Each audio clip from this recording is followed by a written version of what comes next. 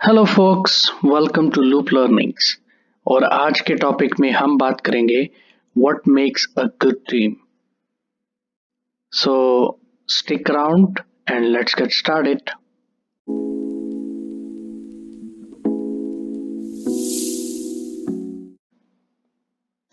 सो ये आज का जो टॉपिक है ये फॉलो अप है पिछली वीडियो का। पिछली वीडियो में हमने बात की थी टीम वर्क के बारे में।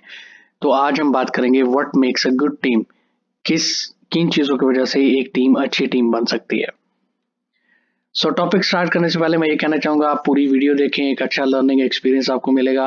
और चैनल को जरूर सब्सक्राइब करें अगर अभी तक आपने सब्सक्राइब नहीं किया तो, क्योंकि मेरी ऑडियंस में सिर्फ 64% लोगों ने सब्सक्राइब किया और बाकी लोगों ने सब्सक्राइब नहीं किया।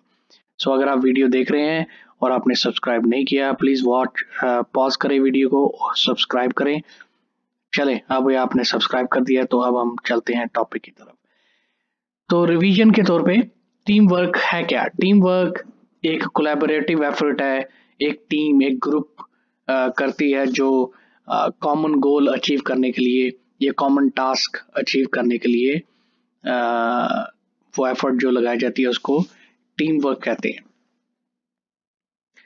तो 4 चीजें मैं आपको बताने वाला हूं जिससे एक टीम अच्छी टीम बन सकती है। Number 1, common vision.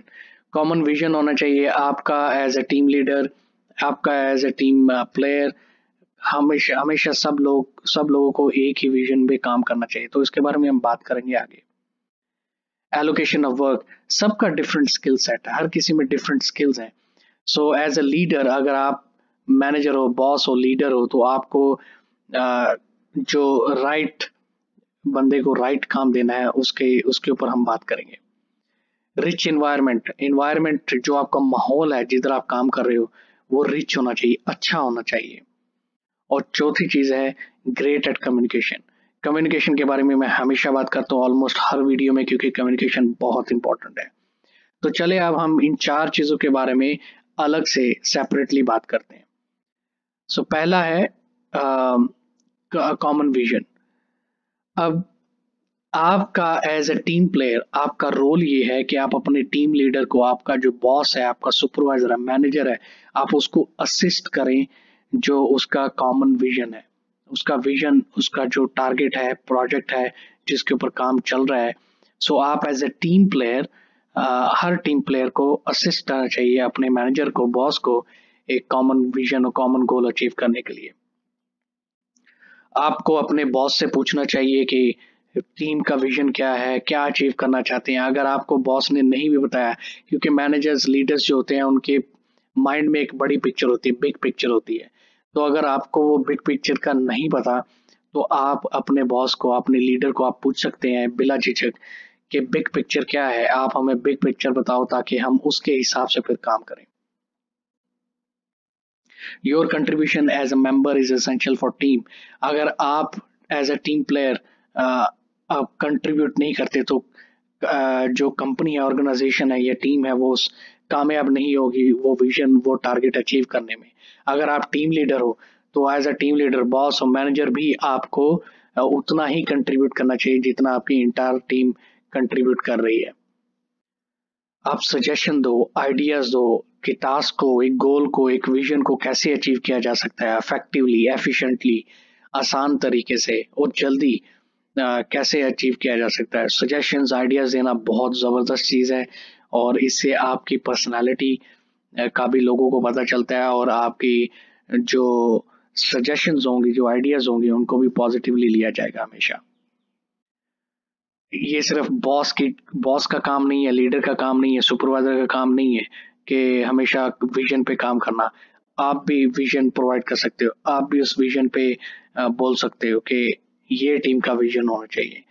तो अगर सब टीम मेंबर एक ही विजन पे काम करेंगे तो जबरदस्त किस्म की प्रोडक्टिविटी एंड एफिशिएंसी होने वाली है। ये है कॉमन विजन।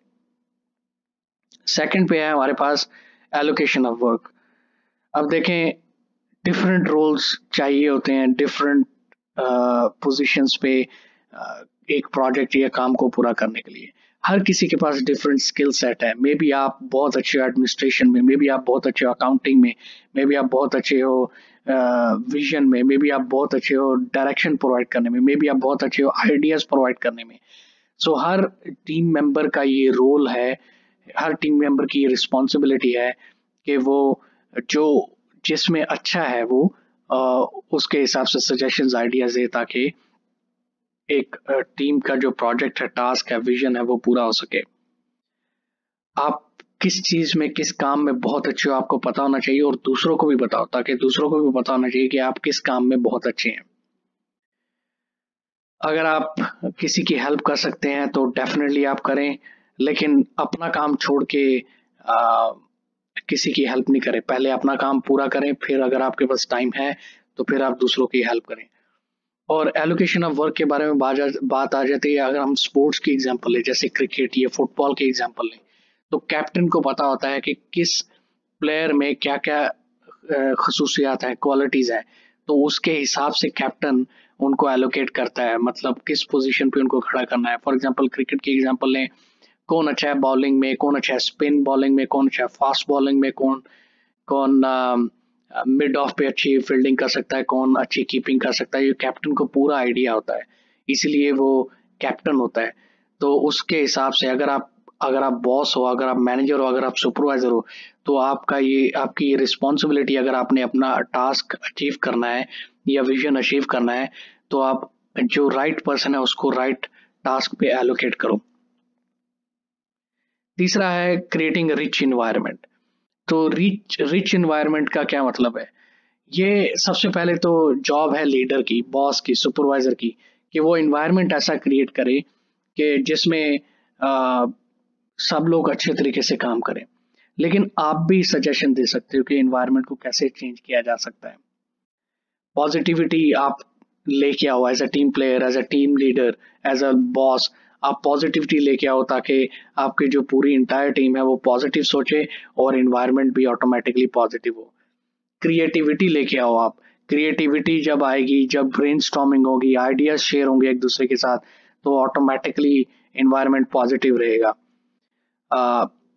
कलेक्टिव एफर्ट, आप एक बंदा पूरी टीम का काम नहीं कर सकता, तो हमेशा टीम को मिल के काम करना चाहिए ताकि उसके हिसाब से टारगेट और विजन अचीव हो सके। लास्ट है ग्रेट एट कम्युनिकेशन। कम्युनिकेशन जैसे मैंने बोला बहुत इंपॉर्टेंट है।